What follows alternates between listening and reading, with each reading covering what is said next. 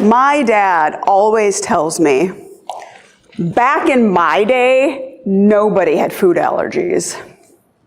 How many of you feel the quality of food today is not the quality of food it was back in the day? Yes. I have found that since the 1980s, we have been putting lab-created ingredients in our food on a consistent basis.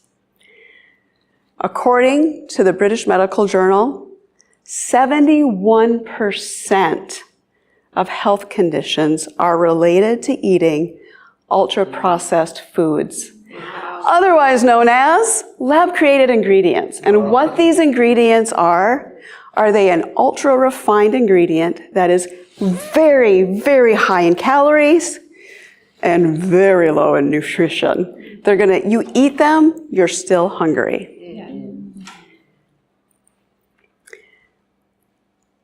I discovered once upon a time that I was eating so many lab-created foods that it created medical issues. At one point, I had to go in for surgery to have a lump of infection removed from my sinus cavity. A simple 45-minute procedure lasted 3 hours. The surgeon told me the only people that have impacted infections like yours are people with severe food allergies, and we have to figure this out. What do you mean I have a food allergy? I've gone through all the testing. Everything's come back negative. So, armed with a new allergist and a new game plan, my allergist and I worked together for 1.5 years to discover I was allergic to corn and corn derivatives. Now, corn derivatives are a lab-created ingredient made from corn. You're going to find these ingredients in everything you eat.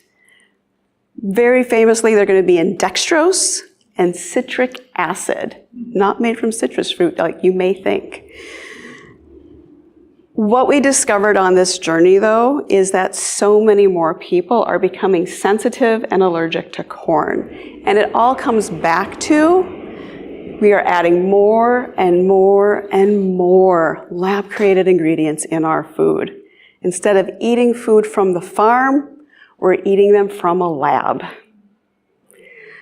Now, my medical team and I work together. We know I'm a super sensitive, and what that means is I'm a parts per billion sensitive, or I can detect corn in anything. I like to call it my superpower, but really it's my kryptonite. What's going to happen in this situation is I am less than 1% of the world's population that has a super sensitivity to their allergen. Now, we had to figure out why. Why is this happening?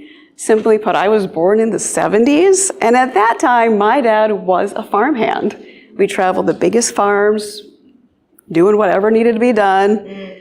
And what did they use? They used lab-created pesticides and fertilizers, things like the very famous DDT. And those are known to alter your DNA. Going into this situation, we already knew I had genetic mutations because some of my conditions are complex regional pain syndrome type 1. I have primary lymphedema. And all of this meant that my allergen to corn was because of the environment I live in.